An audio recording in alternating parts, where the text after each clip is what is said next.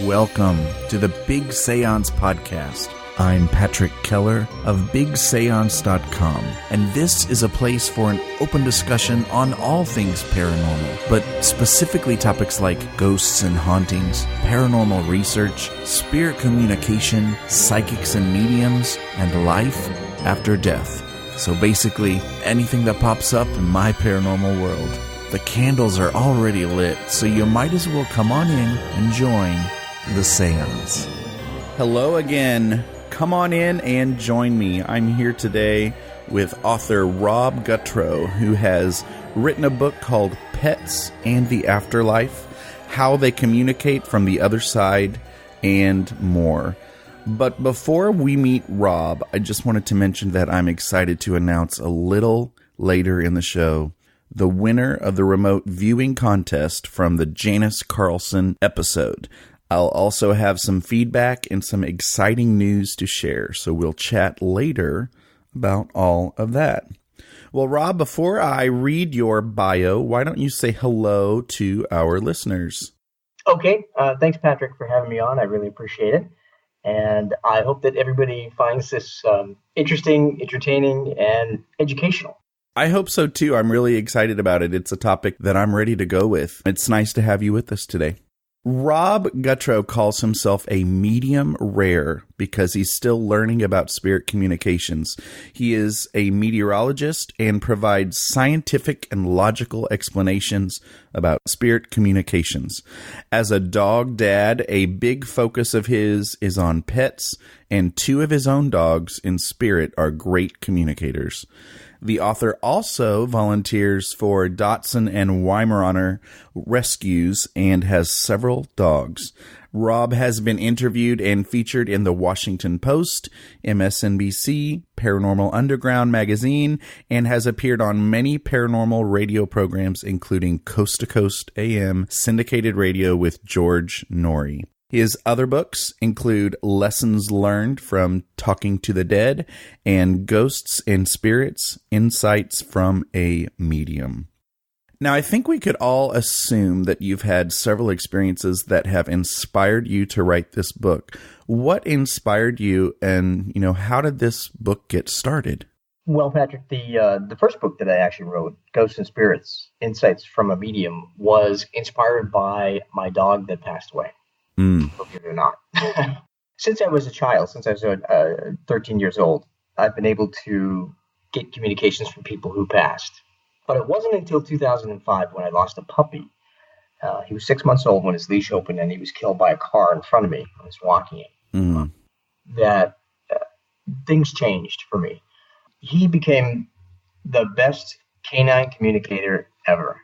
And over the years, he gave me all kinds of signs that inspired me to write the first book. So there's a chapter in there about him, but also a lot of communications throughout the years as I was growing up, and I never really paid attention to them until my puppy passed. So that was the big event that spawned the writing of it. I assume you still get signs from that same pet today and kind of helps you out? Absolutely. Yep. Even 9 years later, I'm still getting signs from him. And most recently, in fact, it was last year, I get a sign from him when our elder dog passed. So, Rob, tell us just some of the ways that our pets do communicate with us. Well, they communicate the same way that human spirits do. And that is they can move things, they can play with electricity, you can actually see them sometimes. As I have seen my dogs a couple of times, sometimes they'll use flowers or feathers, things in nature like butterflies. Temperature changes are explained by their presence because they slow down the molecules of air. So slower molecules of air means cooler air. So they're taking the energy from the motion. Musical signs, if you turn your radio on at a certain time and a song reminds you of somebody, that means that they are sitting there right with you. They can move things. They can touch you. A lot of cats will jump on a bed, spirit cats, and they'll also take you to other animals that look like them, doppelgangers. So know that when you see those, that means that they're with you as well. I think I've experienced that before. I've often wondered about that. Many people I've talked to actually have experienced doppelgangers. And my dog Buzz, when he passed, he sent a doppelganger to a friend of mine in New Hampshire and the dog's name tag said Buzzy, and the owner's name was Rob Gatsby, very close to my own name. No such thing as a coincidence. Yeah. I am a huge lover of dogs, and I've had many of them throughout my lifetime. When it comes to my four-legged son, Merrill, I love him, worry about him, and spoil him, just the same as I'm sure I would any human child that I'd call my own. One of my earliest memories of the heartbreak of losing a pet is me at probably 6 or 7 years old in the backyard by myself and mourning over the grave of one of my dogs that had just passed away. And an aunt of mine who lived a few houses down noticed me and came out to talk to me. And she did her best to comfort me. And actually, she was the first person in my life to introduce me to the concept of reincarnation. But she also told me how she believed dogs went to heaven, just like people do. And I didn't know if that was possible or true, but it certainly got me thinking, and it really did comfort me. A lot of times I see pet owners talk about the rainbow bridge and other phrases, having to do with pets crossing over. As a medium, what can you tell us about the moment our pets die? Do they have that crossing over moment, and do they reside in the same other side as we will? Those are two very good questions. And the answer to those are that anytime a pet passes, the same exact thing happens to them that happens to people. They're no different. We are all one part of a collective life energy. So what happens after we pass, both pets and people, I've come to find out, is that the physical energies that are within us, couple with our memories and our personalities, and then we make a conscious choice to either stay earthbound as a ghost or cross over as a spirit, in which we join the energies that flow through the universe or heaven or Valhalla, whatever you would like to call it. Mm-hmm. So there's a difference. There's earthbound energies are ghosts, and spirits are the ones that cross over into the light. And pets can make that choice. Often, though, what happens when a pet passes is that some of our relatives from the other side will be there waiting to take them over. And I can tell you about that in terms of our dog Sprite, who passed. Also, when we pass, our pets are there waiting for us. So a little earlier, you mentioned signs from one of your earlier pets. How can we open ourselves up to receiving that communication from our pets? Well, we can do that by not discounting what we call coincidences. One thing I've learned by talking to spirit, both human and animal on the other side, is that there's no such thing as a coincidence. Things happen because spirit is actually making them happen. So open your mind and don't just discount something. For instance, if your grandfather passes and you suddenly find a coin the next day with the year of his passing, mm-hmm. or with the year of his birth, don't think that's a coincidence, because what it is that the spirit is actually leading you to that coin to let you know that they are with you at that very time. So keep an open mind. So you are a scientist as well as a meteorologist, and I love when I hear that folks in, the different paranormal or metaphysical niches have scientific backgrounds. I'd love to hear a little about that background, but also the scientific studies that you have in your book that prove our pets have emotions and personalities. Can you tell us a bit about that? Sure. Well, one of the degrees I have is in meteorology, and I utilize that in my full-time career. So as a scientist, it's always important to me to prove things that I get. So I'm always looking for proof. And in the 3 books that I've written, I've actually found proof for everything that I've gotten, which actually astounds me as well, just as it would astound anybody reading the stories. But that's the most important part, because anybody can say anything, and without any proof to back it up. Mm-hmm.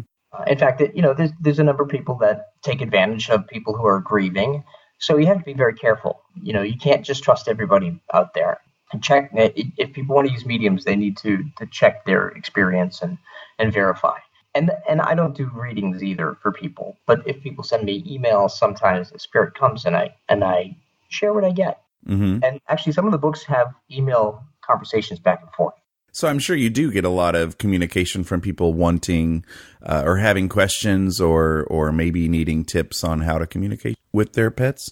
Yes, in fact, I do get a number of emails. What's interesting to me is that the first two books are mostly about my communications with people. And since I put Pets in the Afterlife out this past March, I've received more emails about people who have lost pets and they want to communicate with them. And I'm happy to share with everybody the different ways, the different things to look for. And interestingly enough, pets communicate very much the same as people do on the other side. So tell us some more about those scientific studies about the emotions and personalities of the pets. Okay. Well, in the book, I cite the different ways that pets learn, different levels of learning. And Dr. Stanley Coren is a doctor of veterinary medicine who wrote The Intelligence of Dogs and How Dogs Think. So I outline those different levels, from instinctual intelligence to understanding language, behavior, etc. So people can read about that and understand that dogs do have the ability to think. Another study I cite is one from Dr. Gregory Burns in Emory University, who recently put his own dog through MRIs and imaged the dog's brain when the dog was responding to both the owner and total strangers. And what he found was that dogs have the same emotional reaction to their owners and loved ones that children do. So dogs and children and humans have the same emotional responses. So he's proven that dogs have emotions and love and souls. So he discounts the old superstition that pets don't have souls. I believe it. That's good to hear. So you also spend quite a bit of time doing paranormal investigation, and so we probably have some experiences in common with that. What's it like because I'm so not a medium, what's it like from a medium's perspective when you're involved in paranormal investigations? Well, I use my head. That's the difference. That's the difference between me and the people that I go with, because they use scientific equipment. Yeah, which is great because that gives the confirmation of what I need. And spirits and ghosts on private investigations come through in a lot of different ways, just like spirits do. I don't see them very often, but I can feel them. I can sense them. I can get a sense of their personality. If they're a man or a woman, boy or girl, infant.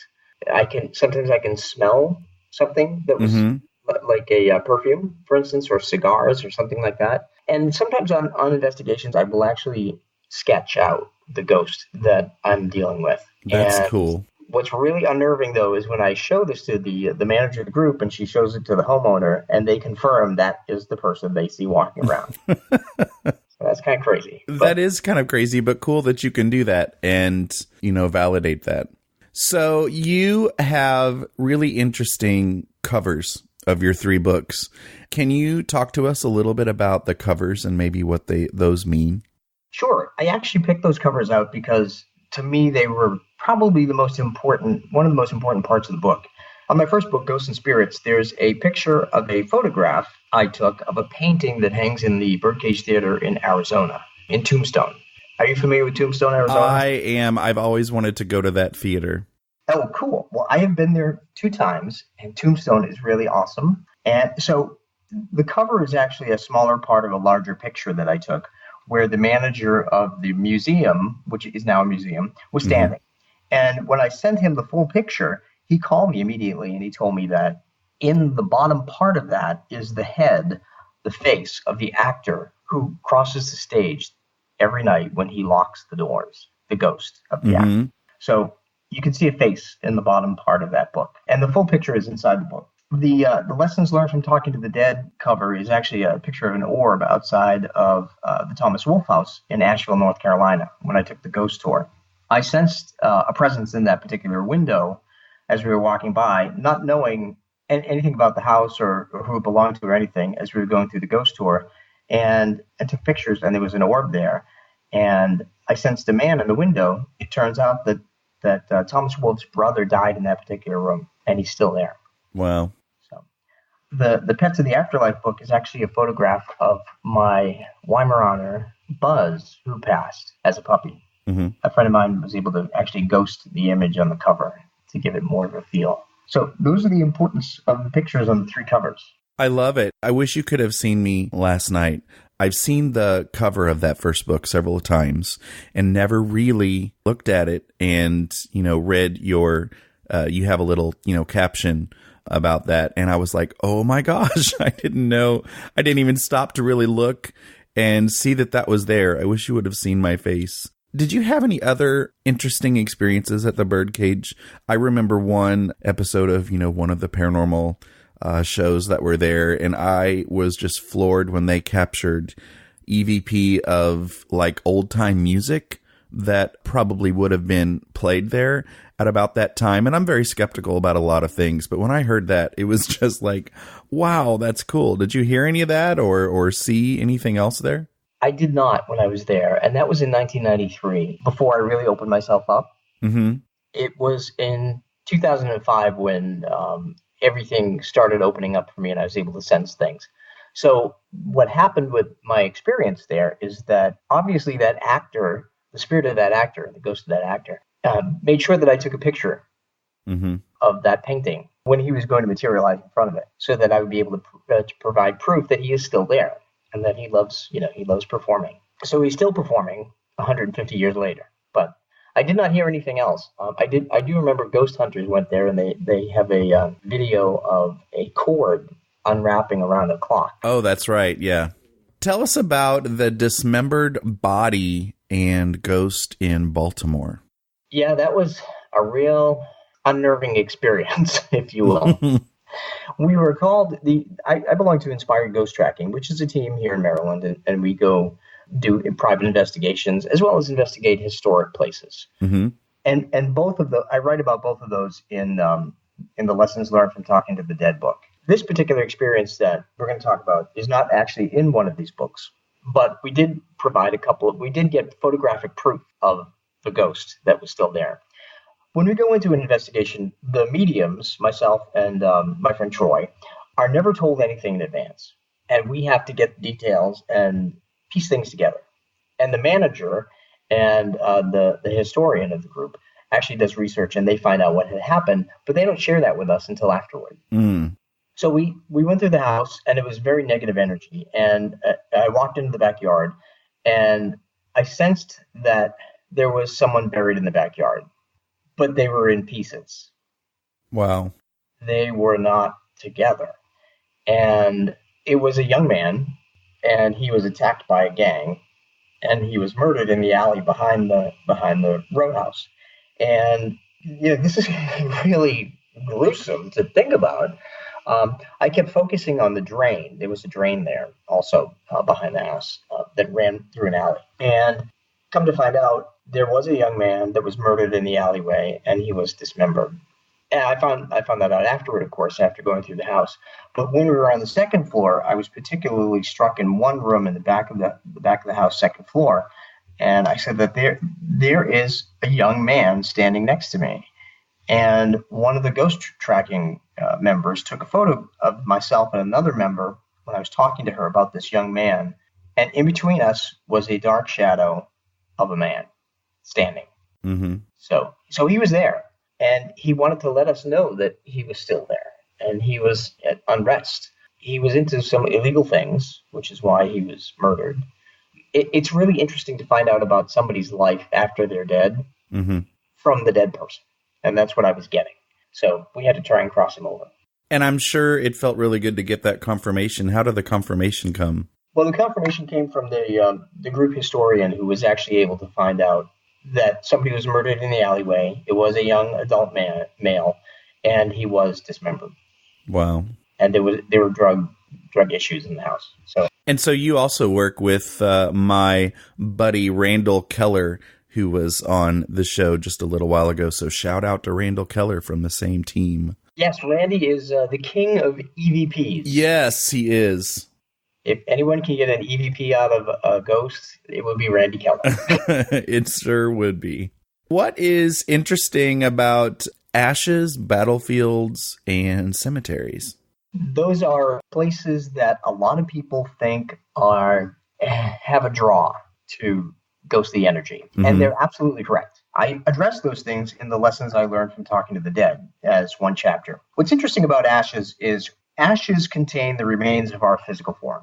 And it would be like having some residual energy at rest in those ashes. So for people who have pets or people in their home in the form of ashes, they should know that whenever they come near them and they're missing them and they're expressing love and loss, that they're giving those ashes, they're giving the spirit connected to those ashes the energy to come back and give them a sign that they're still around. Mm-hmm. So ashes can act as a draw to the ones we love on the other side. Of course, if people were mean in life, they have the same personality in death.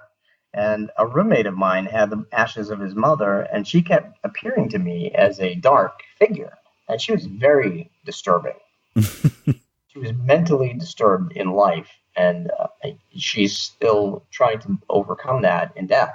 But I had to tell him to remove the ashes. Mm-hmm. That was 10 years ago. So fortunately, he's taken his mother's ashes, and I think he's buried them. So be aware of whose ashes you're giving energy to. That's right. And, if you don't like the person in life, you're not going to like them in death either. Yeah. So that's funny. As for battlefields are interesting because there's a lot of emotional energy there. There's a lot of fear and anxiety. When I go to Gettysburg, it's like being in a stadium packed with people, and I hear it screaming at me all at the same time. I get a really massive headache.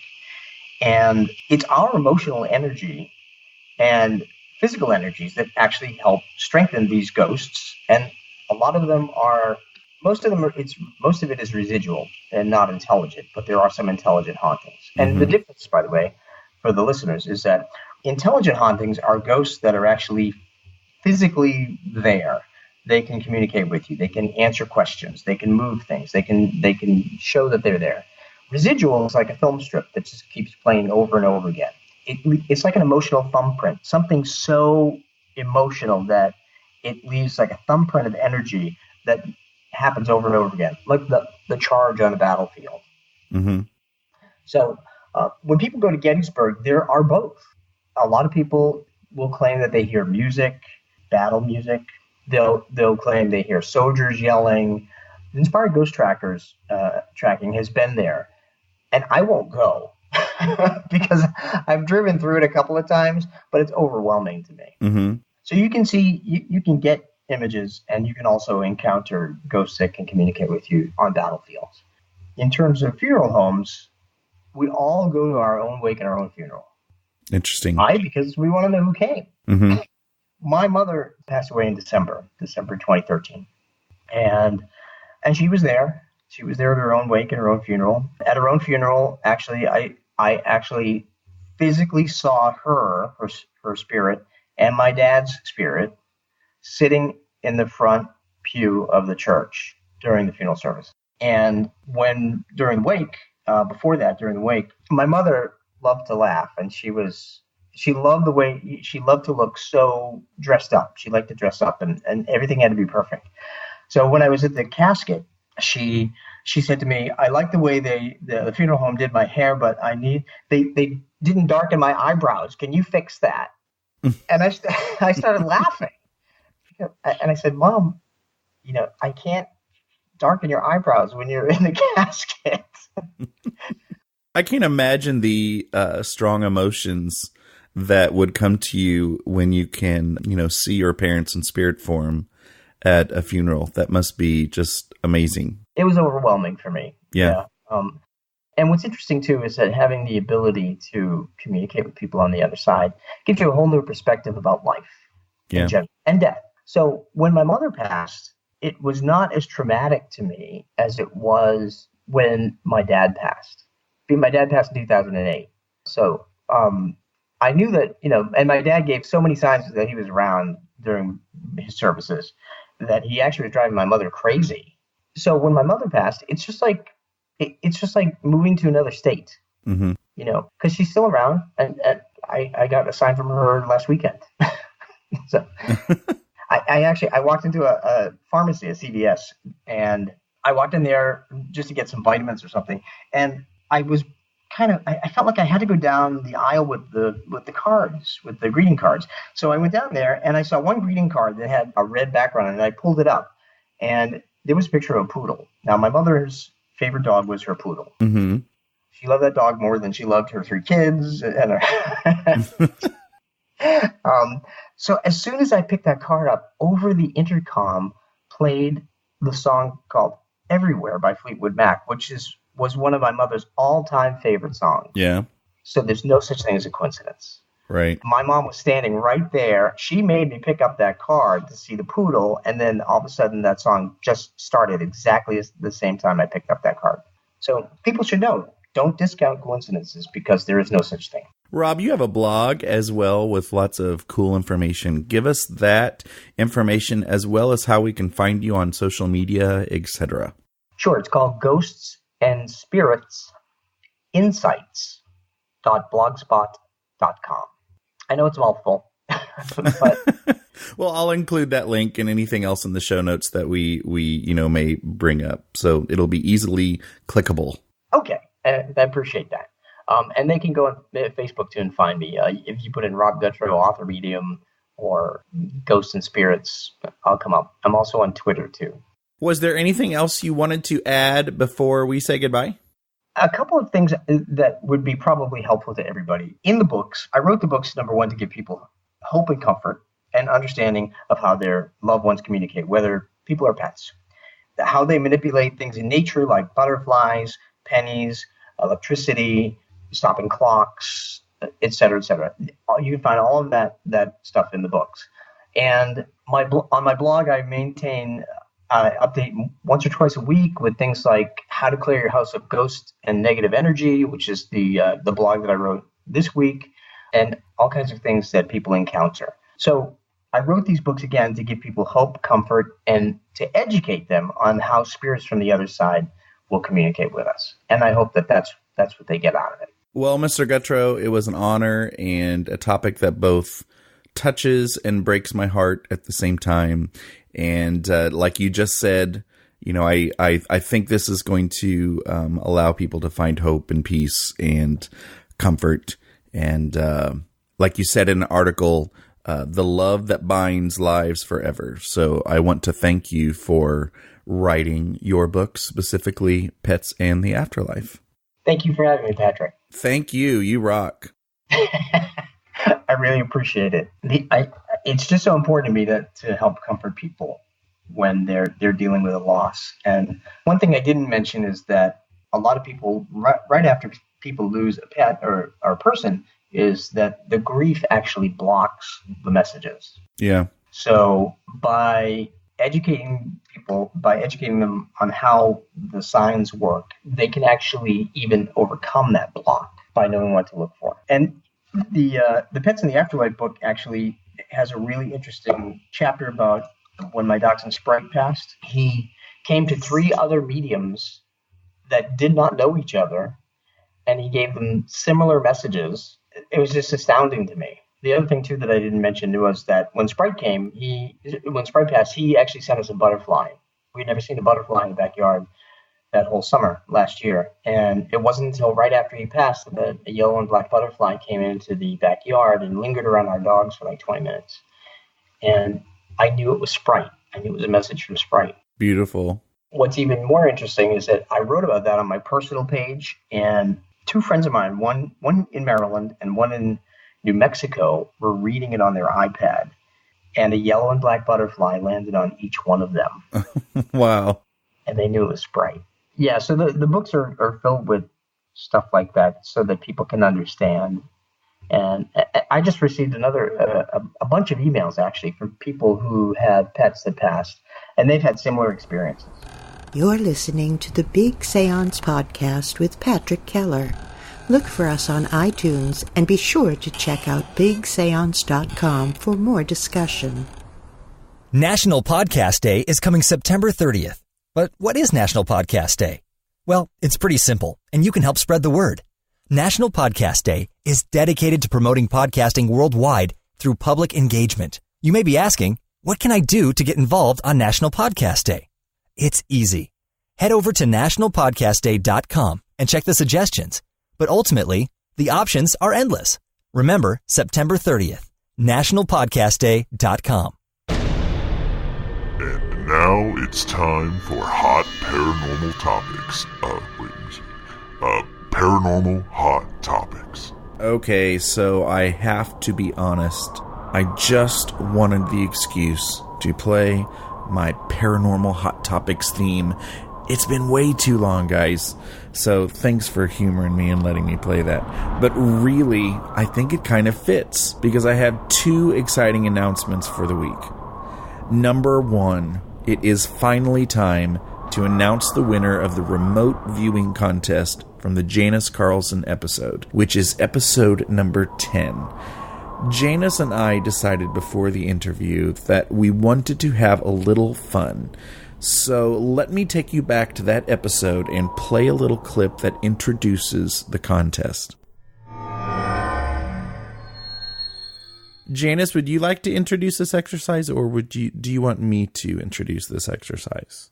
Well, I'm just going to say that there is a pet in my household that I am going to be conveying over the airwaves, over the podcast waves to your listeners, what he looks like and the details about him, and see how much you can get about him from me. I do have those kinds of psychic experience, exercises in my book, Soul Sensing, and they just help people kind of develop their psychic abilities. And so I'm very close to this particular pet, and I kind of call him a Velcro pet because he's very attached to me.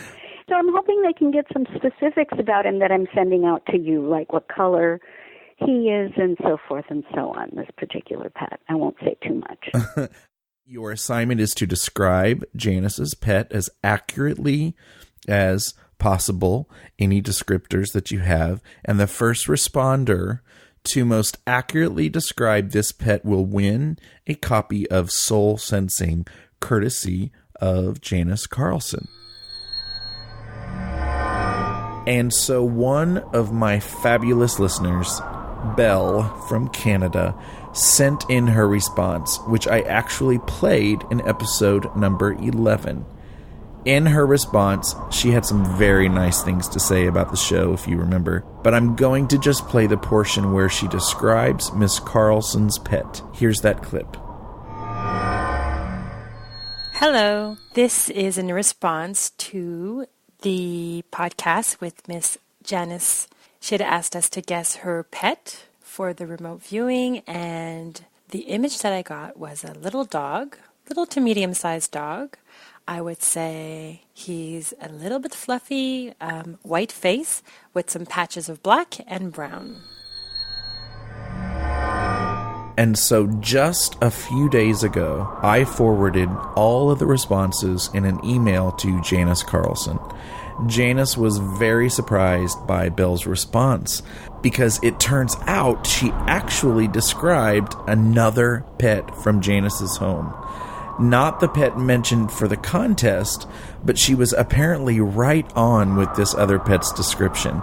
So, since the other listeners' responses for the pet that we were supposed to be describing weren't incredibly accurate, Janice decided that Belle was our winner. So I've already contacted Belle, but congratulations to you, Belle. She has won a copy of Janice Carlson's book, Soul Sensing. I want to thank those listeners who participated and added a bit of fun and excitement to my little podcast. I hope to hear from you again soon, and maybe we'll have more contests in the future. So that's the first hot topic.